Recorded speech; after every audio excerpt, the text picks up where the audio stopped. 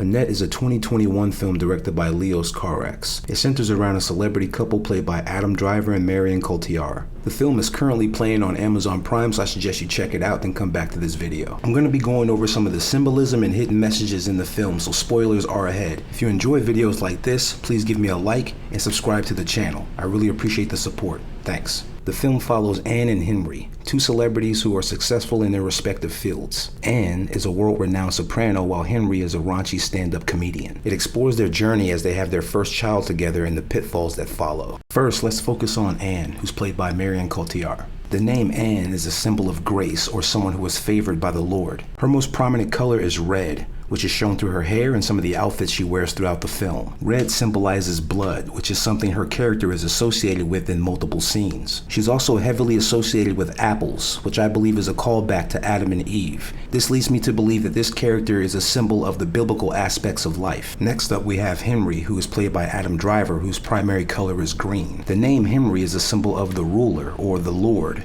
which explains why Anne is heavily favored by him. The color green is a symbol of freedom of bondage. It also represents greed, which is a characteristic we see in Henry later on in the movie. Another prominent color we see throughout the film is the color yellow. I believe this represents anything that Henry has a dominant control over. We can first see this as he eats a banana before he goes on stage to perform his comedic act. This is also shown through the name of his stand-up show, which is called The Ape of God. This is why I believe that Henry is a representation of the primal aspects of life. Focusing on the color yellow, we can see that Anne is wearing it multiple times. This can be translated into Henry seeing her as his possession, or something he has a very high interest in, as we see with other things throughout the film. The same thing goes for apes, as this is their daughter Annette's favorite stuffed animal, and this is also how Henry sees himself once she is brought into the world. In the beginning, they appear to be a very happy couple. They're adored by the media as they move on to marriage, and then eventually parenthood.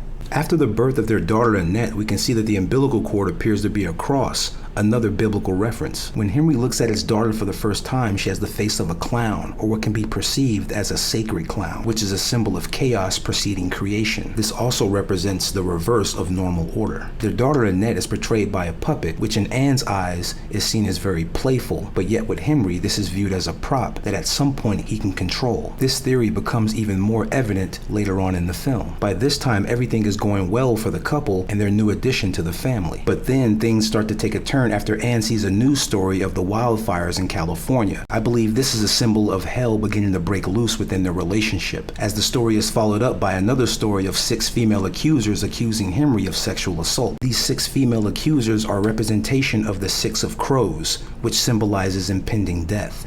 Although Anne questions if she should end her relationship with Henry, she struggles to follow through. This is shown as she walks through the house depressed by herself. As we can see, she is wearing a yellow towel, meaning that she is still Henry's possession, like a banana to an ape. Although the color red symbolizes blood and love when it's used in the context of Anne's character, it has a completely different representation when it's used for Henry's character. We can see this with the red lighting draped upon him right before he goes up for his next stand-up comedian show. The first time we see Henry perform earlier in the film, he has complete control over the crowd. He owns everything. However, in this performance, it seems like everything is working against him. In his first show, he's able to use his microphone as a prop that helps him amuse his crowd. However, in this show, it's seen as a nuisance, whether he struggles to have enough slack on the microphone cord, or the audience simply complain that they can't hear him through it. The accusations against him are causing a lot of stress, and it's the first time where we get to see Henry where he does not have full control of the situation. This is the tipping point when Henry starts to descend into madness. With his reputation in question, we start to see the downfall of his career. His shows are getting canceled, while Anne's shows are still selling out. It's at this point that the family decide to take a vacation to get away from the world and hopefully work on their relationship. While the family is at sea, it's here that we not only get one of the most crucial scenes in the film, we also get one of the most beautifully shot scenes in the film. I really enjoy how these freakish ocean waves surround them as they travel through the storm. It's almost unrealistic. I think it's the perfect representation of the imbalance in their relationship throughout this point in the movie. With the ocean waves appearing as walls surrounding them, it also feels very biblical in a Moses parting the Red Sea kind of way. Henry instigates a fight with Anne, leading to him to push her off the ship, causing her death. The ocean sinks the ship, however, Henry is able to save himself and his daughter. The cause of Anne's death is called into question, however, due to a lack of evidence that can hold Henry responsible. Henry is haunted by his guilt as he continues to see visions of Anne. We also see him sleeping in a fetal position, which represents a protection of oneself. He gives his daughter Annette a nightlight of rotating stars, which encourages her to showcase her amazing singing voice. With stars representing faith and hope, Henry uses this as an opportunity to exploit his daughter to the world. He contacts Anne's former conductor to help him showcase Annette's newly found talent. When the conductor arrives to the house, he does so in a yellow cab, which represents that this is a situation that Henry plans to control. Although suspicious that Henry had something to do with Anne's death, the conductor does decide to help out of love for Annette. She quickly becomes a sensation and they begin to travel the world on tour. At some point, the conductor does admit having an affair with Anne shortly before she met Henry. He also explains that Annette could potentially be his daughter. Afraid that he might lose his cash cow, Henry decides to kill the conductor by drowning him in the pool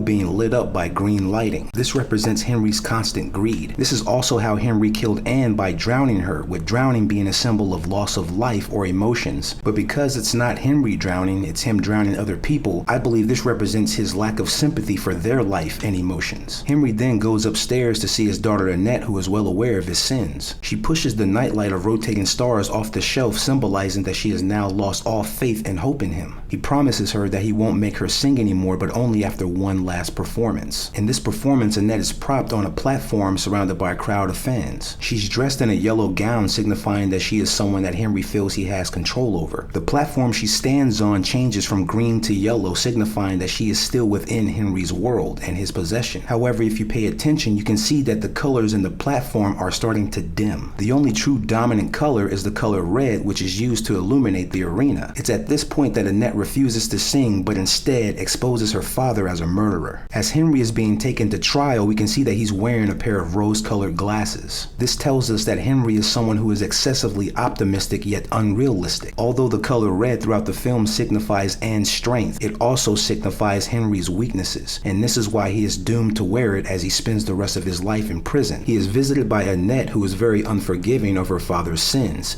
This is the first time that we see her in human form. I believe that this represents that this is the first time that Henry has seen her in her human form, as he has always seen her as a prop or a puppet. As Annette leaves, Henry is left with the puppet version of her and the ape that she had all through her childhood up until this point. Both are laying on the floor, which symbolizes the death of this father-daughter relationship. Alright, so this wraps up our video. I really hope you guys enjoyed it. If there's anything that you feel that I missed, please drop me a line in the comments. I'd love to hear your thoughts. Like, comment, and subscribe. Peace.